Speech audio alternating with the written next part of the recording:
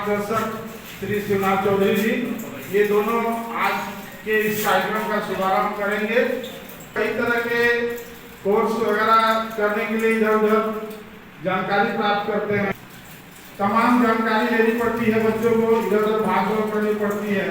उसी के मद्देनजर हम लोग जयप्रकाश सिंह जी को यहाँ बुलाए हैं। वो पास करने के बाद कई तरह के कोर्सेज हैं जो उसके बारे में आज का कार्यक्रम बहुत ही महत्वपूर्ण है। हो सके उपस्थिति यदि कम हो कोई दिक्कत नहीं, शुरुआत हमेशा 0 से होता है, 1 से होता है, फिर हजारों लाखों सैकड़ों रुपए आगे बढ़ते हैं। आज का कार्यक्रम को जो जिन्होंने काफी ऊर्जा दिया, इस कार्यक्रम करने की घोषणा दिया, मैं धन्यवाद गुलदस्ता देकर सम्मानित करें।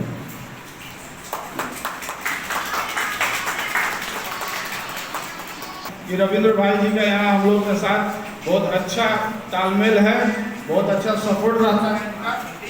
जयप्रकाश सिंह जी सम्मानित करेंगे।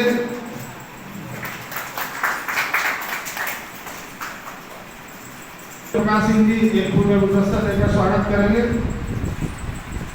इसमें ज़्यादा सालों से और सीखा है, जितना भी प्रोग्राम प्रोग्राम लेके देना, हम तो खाली साइन करते हैं। रविंद्र भाई रखा गया है, विशेषकर शिक्षा पे बेस्ड, कि आने वाले दिनों में रोजगार की जो कमी बता रहे थे कि उसको कैसे पूरा किया जाए नवीन शिक्षा के माध्यम से। बहुत से लोगों को इच्छा होती है कि मैनेजमेंट का कोर्स करे, हॉस्पिटलिटी मैनेजमेंट का कोर्स करे, नर्सिंग का कोर्स करे, लेकिन कहीं ना कहीं आप तो उसका साथ नहीं देता। फाइनेंशियल प्रॉब्लम के कारण वो कर नहीं पाते।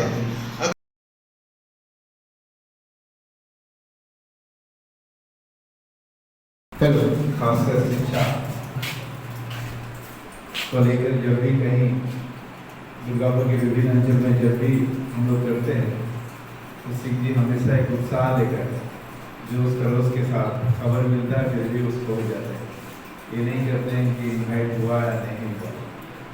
इसके साथ ही साथ आज मुझे खुशी है कि इस मुंशी प्रेसिडेंट हॉल में खासकर युवाओं को लेकर जो यूथ छात्र छात्राएँ प्लस 10, 12 ग्रेजुएशन के बाद क्या करना है, ये गाइडलाइन भी किसी को पता नहीं रहता। अधिकांश को, किसी को कहना नहीं चाहिए होगा, अधिकांश को पता नहीं रहता।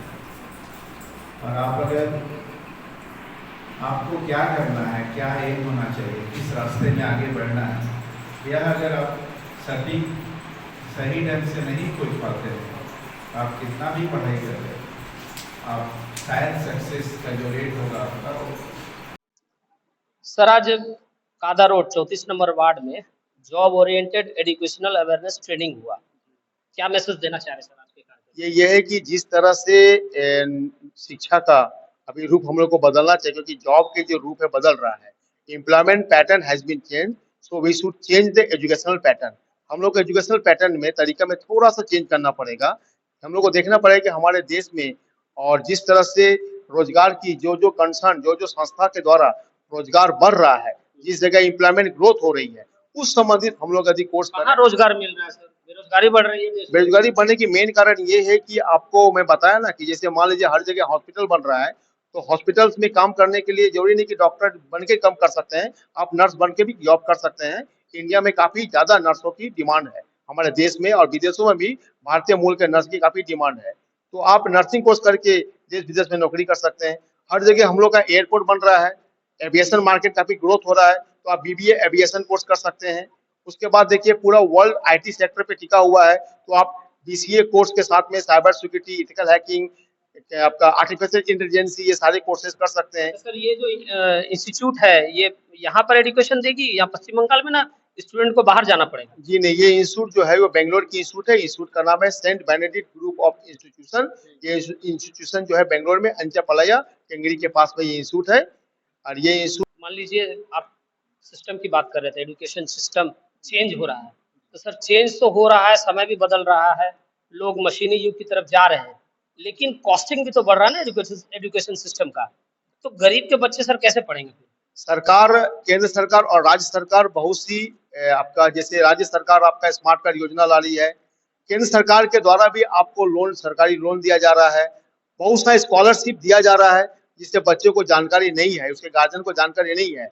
आप जब कोर्स करिएगा तो उसके लिए भी सरकार स्कॉलरशिप देती है बोनाफाइड स्टूडेंट को। बैंक भी आपको एजुकेशन लोन देती है, जब सही ढंग से लोन लेने की प्रक्रिया करेंगे आप उसको लोन ले सकते हैं।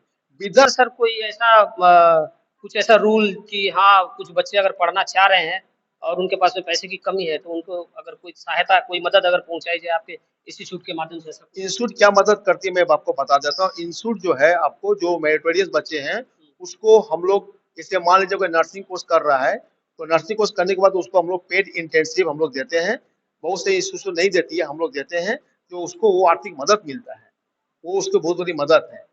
और दूसरा बात क्या है कि देखिए इंस्टीट्यूट पढ़ाती है, बच्चे को पढ़ना है, और हमारे इंस्टीट्यूट में कोर्स जो है वो काफी कम बजट में किया जाता है और अच्छी पढ़ाई किया जाता है। तो जैसे मान लीजिए आप जब आर्थिक कमी की बात कर रहे हैं, आप मुझको ये देखिए कि हर बच्चे के पॉकेट में एंड्रॉइड मोबाइल है, जिसकी कीमत लगभग 15 से 20 हजार होता है। यदि गार्जियन वो 15 से 20 हजार का मोबाइल देने में सक्षम है, तो मुझको कहीं ना कहीं लग रहा है कि पढ़ाई करने में भी सक्षम तो होना मोबाइल चाहिए। तो दे दिया है क्या है कि तुम रास्ते से भटक जाओ, एजुकेशन की तरफ में आने की जरूरत ही नहीं है ना?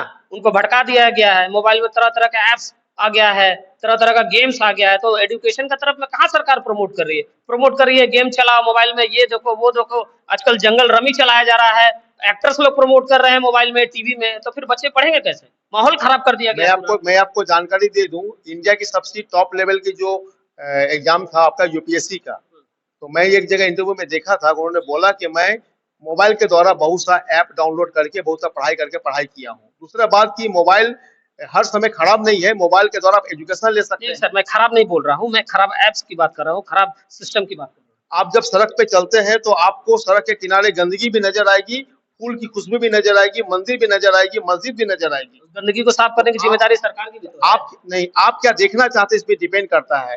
जैसे मान लीजिए कि आपका आंख खुला हुआ है तो आप अच्छा चीज को भी देख सकते हैं उसी आंख से, और गंदा चीज को भी उसी आंख से देख सकते हैं। सर हम लोग विदेशी, आप सर विदेश की बात भी कर रहे थे कि बच्चे विदेश में भी जाएंगे, नौकरी करेंगे, लेकिन वहाँ एजुकेशन को लेकर के सरकार भी बहुत सजग है, हर बच्चे तक एजुकेशन पहुंचाया जा रहा है और बेहद कम पैसे में।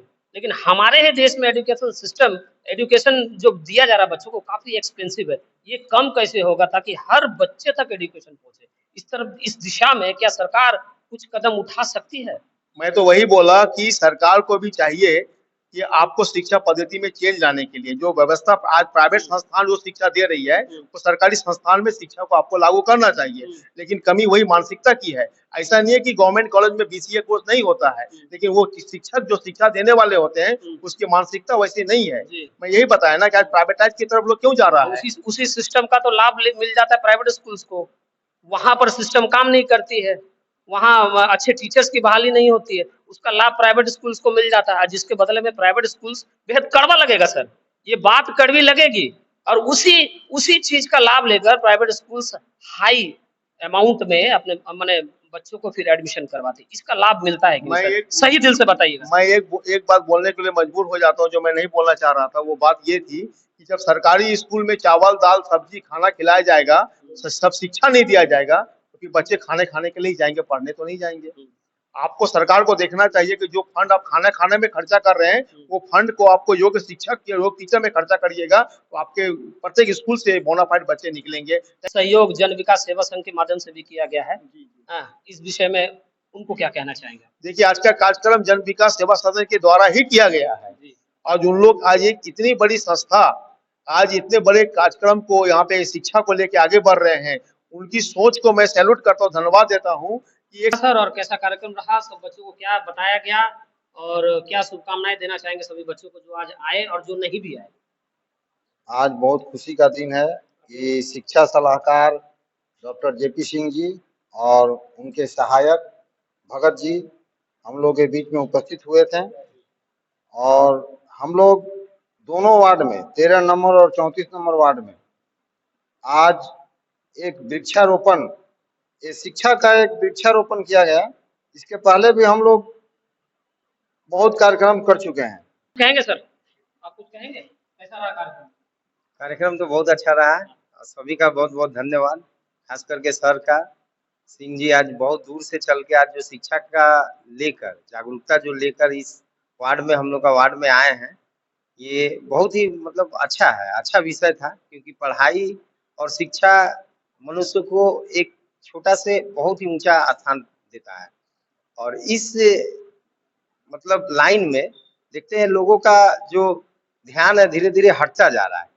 पढ़ाई, उन्नति और पढ़ाई का जो मेन रास्ता है वो रास्ता को दिखाने का काम आज जेपी सिंह जी किए हैं, बहुत ही अच्छा लगा। बहुत धन्यवाद आप सभी का हमारे साथ जुड़ने के लिए। सर, चाहते हैं कि आपकी बच्ची और आगे पढ़े? जी सर। कौन से स्कूल में पढ़ती हैं आप? मैं पास आउट हो चुकी हूँ 2020 में नेत्री भारती स्कूल से। भारतीय स्कूल से पास आउट हो गई हैं आप 2020 में, तो अभी 2023 चल रहा है, 3 साल। 3 साल एएनएम की पहले, उसके बाद एएनएम करके सोची थी एएनएम करने का, पर इतना फाइनेंशियल प्रॉब्लम की वजह से जेएनएम नहीं कर पा रही। अच्छा, हिंदी मीडियम से पढ़ी है ना इंग्लिश मीडियम से? हिंदी मीडियम से। कौन से स्कूल से? बेनाचट्टी भारती इंडिया स्कूल। अच्छा, अभी क्या असुविधा महसूस हो रहा है आगे उच्च शिक्षा के लिए? सबसे बड़ा असुविधा आप क्या महसूस कर रही है? फाइनेंशियल प्रॉब्लम, पैसे की बहुत प्रॉब्लम है, ताकि मैं अपना शिक्षा को आगे नहीं बढ़ा सक रही हूँ। मुझे आगे बढ़ना, कुछ करना है अपने देश के लिए, अपने फैमिली के लिए, सभी के लिए कुछ करना है, लेकिन मैं कर नहीं पा रही हूँ फाइनेंशियल प्रॉब्लम की वजह से। क्या लगता है कि उच्च शिक्षा जो है आज हमारे भारत एजुकेशन जो सिस्टम है हमारा काफी एक्सपेंसिव है, काफी महंगा है, लगता है आपको? नहीं सर, मेरे लिए तो है, लेकिन सभी के लिए नहीं। जिसका पास पैसा है उसको महंगी नहीं है, लेकिन मेरा लिए बहुत महंगा, क्योंकि एगो कमाने वाले 8 फैमिली खाने वाले हैं हम लोग। अच्छा, आपके हस्बैंड क्या काम करते हैं? एक छोटा सा मारुति है, उसी को चलाते हैं। अच्छा, संसार 8 को फैमिली को चलाते हैं। एक मारुति वैन चला करके संसार चलता है आपका? नहीं सर, बहुत मुश्किल से आप चलाते हैं। प्राइवेट स्कूल में नहीं पढ़ा करके, इंग्लिश मीडियम में नहीं पढ़ा के हिंदी मीडियम से पढ़ाई आप? जी सर, तो बहुत किसी तरह जो प्रारंभिक शिक्षा है वो तो हो गया, जी सर, लेकिन उच्च शिक्षा अब संभव नहीं हो पाया। नहीं हो पाया सर। कुछ कहिएगा सरकार से, कुछ कहिएगा कि हाँ एजुकेशन सिस्टम जो इतना ज्यादा हाई लेवल पे चला गया है, लाखों में बातें होती है, 5 लाख 10 लाख रुपया दीजिए तब आप आगे पढ़ पाइएगा। और कोई बच्चा जो पढ़ना चाह रहा है, जिसके अंदर में काबिलियत है कि हाँ हम पढ़ के एक अच्छा मुकाम बना सकते हैं, उनका तो जीवन खराब हो जा रहा है, बर्बाद हो जा रहा है। तो इस दिशा में कुछ कहना चाहिएगा? सर, कहना ये चाहेंगे कि सरकार अगर गरीब को लिए भी कुछ रास्ता सुझाव देते हैं तो हम लोग भी आगे बढ़ सकते थे, लेकिन वैसा कुछ हमको कोई नजर ही नहीं आता सहयोग। आपको क्या लगता है कि जो उच्च शिक्षा है वो थोड़ा उधर में सरकार थोड़ा ध्यान दे तो आप शायद आगे बढ़ पाइए? बढ़ सकती हूँ अगर सरकार हम लोग की तरफ ध्यान दे। जितने भी गरीब व्यक्ति जो पढ़ नहीं पा रहे पैसा के चक्कर में, पैसा फाइनेंशियल प्रॉब्लम के चक्कर में, अगर सरकार हम लोग की सहायता करे तो शायद हम लोग कुछ कर सकते हैं। 10+2 में कितना % मार्क्स आया था आपका? 45%। 45%, लेकिन 45% तो थोड़ा कम है। थोड़ा कम है। मेहनत तो आपको करना पड़ेगा ना, कंपटीशन बहुत ज्यादा है। हाँ सर, लॉकडाउन की वजह से थोड़ा प्रॉब्लम हो गया था। जितना आप उच्च शिक्षा की तरफ जाइएगा उतना ज्यादा कंपटीशन हो जाएगा, परसेंटेज ऑफ मार्क्स देखा जाएगा, तो मेहनत तो आपको करना पड़ेगा ना। हाँ, मेहनत तो करना पड़ेगा, मेहनत तो मुझे खुद करना पड़ेगा। ठीक है, धन्यवाद हमारे साथ बात करने के लिए आपका।